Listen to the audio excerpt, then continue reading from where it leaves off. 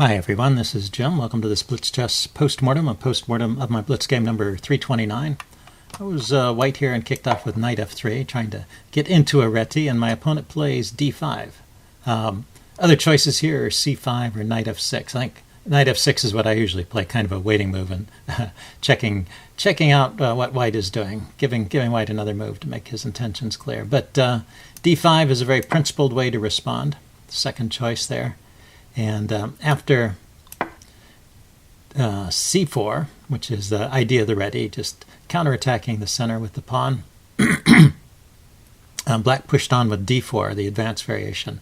Now, if he plays e6 or c6, then we could transpose into a queen's gambit position with the move d4, or I could play with the fianchetto over here and try and keep a Reti character to the position. But d4, this is definitely in Reti territory. Now, g3 or e3 are the moves here. I always worry about the move e3 because I'm never sure if the response d3 is possible. But it turns out right here it's not possible because of queen b3. It just loses the pawn. There's no good way to defend it anymore. So yeah, if that pawn stays there, it's a real annoyance to your development. But it's not going to stay there. So e3 immediately could be played. Or the move I played, also popular choice, g3. And the engine doesn't approve. We get into kind of a reverse Benoni after this with c5, just shoring up the center. He could also go with the fianchetto setup, g6, or knight c6, developing his knight, supporting the pawn. But I like c5, actually, giving him a big center here. And the knight can come to c6 later, giving more support to this point. So I continue my development. Looks like e3 is still an idea here, but bishop g2, and he goes knight c6. The other knight could have been moved, and then I played d3 here. It looks like castling is the main move, but d3 is not a bad move. And we get into after knight f6, I play e3 here, and it looks like we're out of book, but actually we're just going to transpose back into it in a few moves. So I'm going to keep the opening book here on, and you see that the chess engine throughout all of this thinks that black is a little bit better, so it thinks just doesn't approve of this development scheme for white. But I don't know, I think it's playable, and certainly it's different from other lines, so it's a way to way to get a different kind of game where you keep all your pieces on. Okay, so I played e takes d4, he took back, and then I castled. And now you see we've transposed. I think in the main lines the castling occurs earlier, but these exchanges and pawn moves typically occur in this position anyway. So we've gotten back into a position that we could have gotten through more normal means, I guess. Bishop e7. And now here I really am out of book by going knight bd2. It looks like, and I guess I have to agree in retrospect, looks like it's a smart idea to develop the bishop first before playing knight bd2, which is going to block it in. So that's a lesson. But let's go look at the notation tab here. So after this move, black's advantage increased there. Castles, a3. I'm trying to build up to the move b4, and I'm a little bit slow. I mean, that was the idea of the knight push. But the knight is on the square. You know, the bishop might like to be on the square to support that push. And of course the knight can't go to b3 or would block the b pawn. So I've gotten my pieces a bit tangled up here by not playing things quite in the right order. Bishop to e6, and I went rook to e1, getting my rook on the open file. I have ideas of developing my knights to these squares, and queen d7. Okay, and he has the idea of exchanging off my light squared bishop. A very good idea in this position because this is a good diagonal and a strong bishop. So if he can get rid of it, it's probably good for black. Play my rook to b1, still planning for this queenside expansion. And he goes bishop to h3. Yeah, getting ready for this exchange. And now I have to maneuver my knights around a bit, knight e4. It's interesting, the engine sort of likes this now a bit. Gotten back to even. So where did that happen? Okay, right here. The engine thinks other plans besides bishop h3 would be better, and it considers rook moves, a rook to the e file, or bishop to g4 as ideas. Yeah, pinning this knight might be a bit uncomfortable. Okay, but anyway, bishop h3 was played, and so we get into a position which is about even. I go knight e4, takes, take back. I could have thrown in, I don't have to take back right away. In fact, the engine thinks I should throw in this knight takes f6 check first. I wasn't so sure I wanted that exchange. I have this in the position at any time, and if he takes my knight, it brings my rook forward. Although the rook might be somewhat awkward on the e4 square. So yeah, that's what the engine is recommending, that he should go ahead and take on e4. Played knight to g4, and this maybe was a bit of a waste of time, and now I have somewhat of an advantage. I could probably should play h3 immediately, but I was still working on the queen side here with bishop d2, and that gives him a chance to play f5. Yeah, so I should have thrown in the move h3 as soon as I had the chance, not giving him a chance to play this f5 move, which kicks my pieces around. So I play knight e to g5, and yeah, for a second there I thought I was lost because I thought the knight would get trapped here, but it turns out it has squares that it can go to. This was the only square for the knight. Notice that if we back up a move, all these other squares are taken. That's covered. These are taken, and these are covered. So only this square is knight g5 is the only square left. Okay, so now he plays h6, kicking my knight again, and I can place my knight here on e6. Yeah, the engine likes that move. It's an interesting square for the knight. I mean, I'm sunk in his camp, but I can get chased away with rook f6, which he did play, and now my knight can drop back to f4. So it's a decent square for the knight. It's pretty solid here. If he pushes on with g5 immediately, I have the square d5 here for my knight to cause more trouble, forking those two pieces.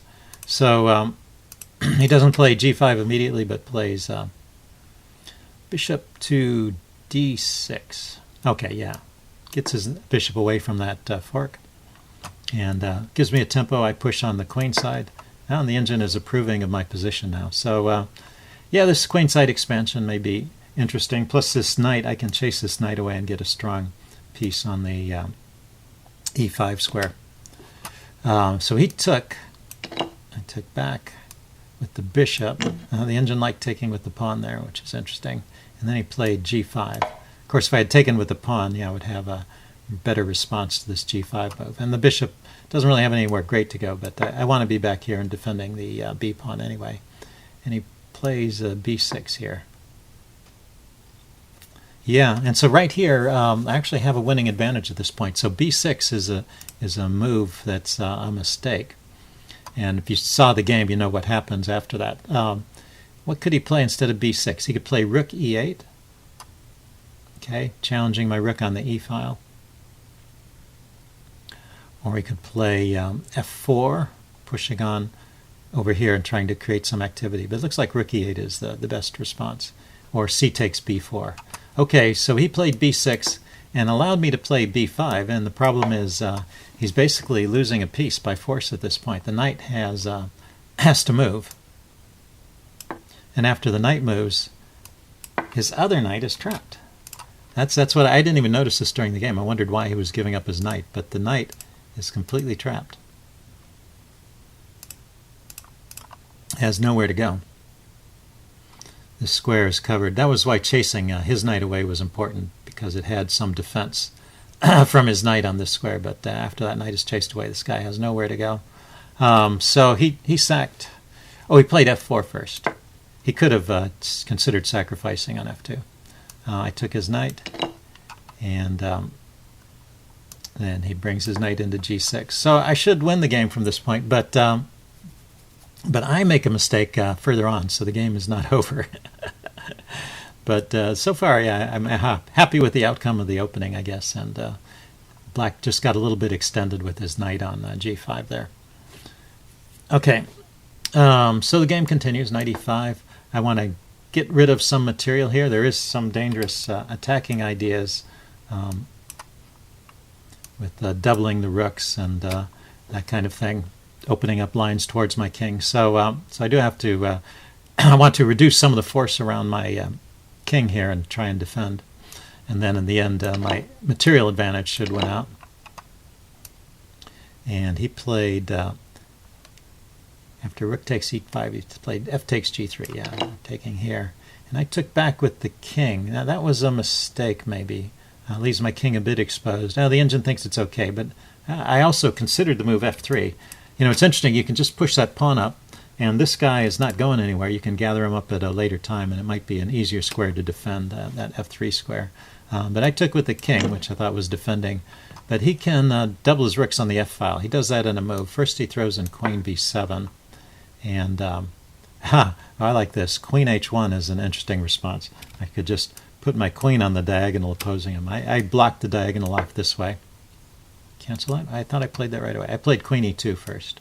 Okay, covering these squares. He played rook a to f8, and now I blocked off the diagonal with rook to e4. Still keeping an advantage. He goes queen to c7 check, and now, here's my mistake. I have to play, there's only one move here that keeps my advantage, and that's the move f4. A dangerous move to play, you know, allowing black to open up lines, but it turns out that it holds. So after I play f4, he can take. If he takes with the rook, I'll trade my bishop for his rook. So he takes with the pawn, and then I can just drop my king back. And if he pushes on with f3, is that right? Yeah, that can't be right. King to f3. I blockade it. Okay.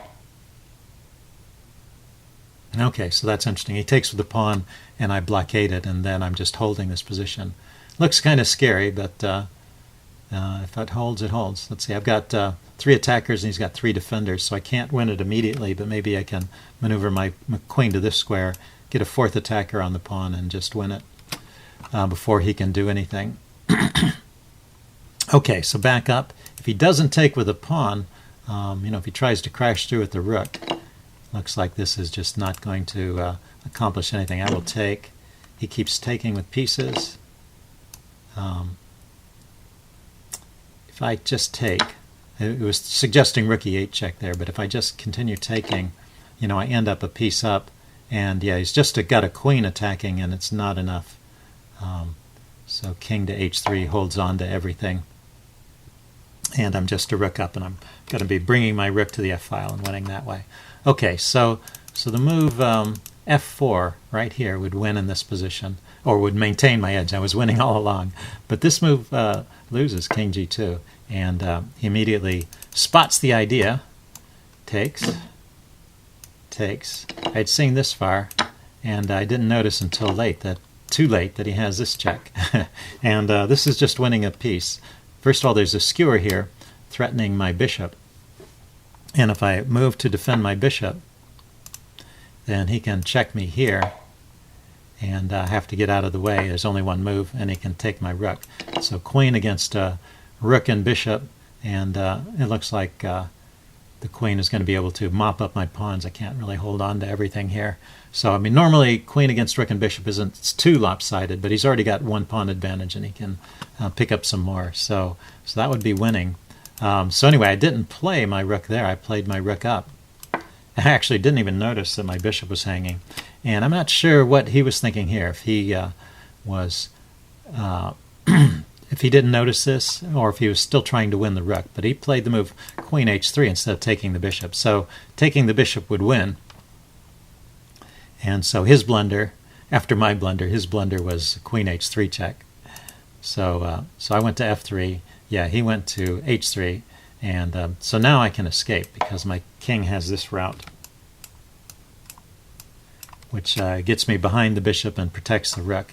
And so after a few more moves, he checks, and then he runs back, and I just develop my rook, and he resigned at this point. This is going to be a pretty easy win. The rooks are very powerful in this situation. Working together, you know, I can penetrate into his camp and even threaten to win the queen here. So the queen's not going to find any easy safe haven, and my king in the meantime is quite safe over here with all these pawns defended around it and no easy way for black to break through. So he resigned at this point. That's how the game ended. Hope you guys enjoyed that. Leave any comments you have in the section below, and I will see you again soon. Bye.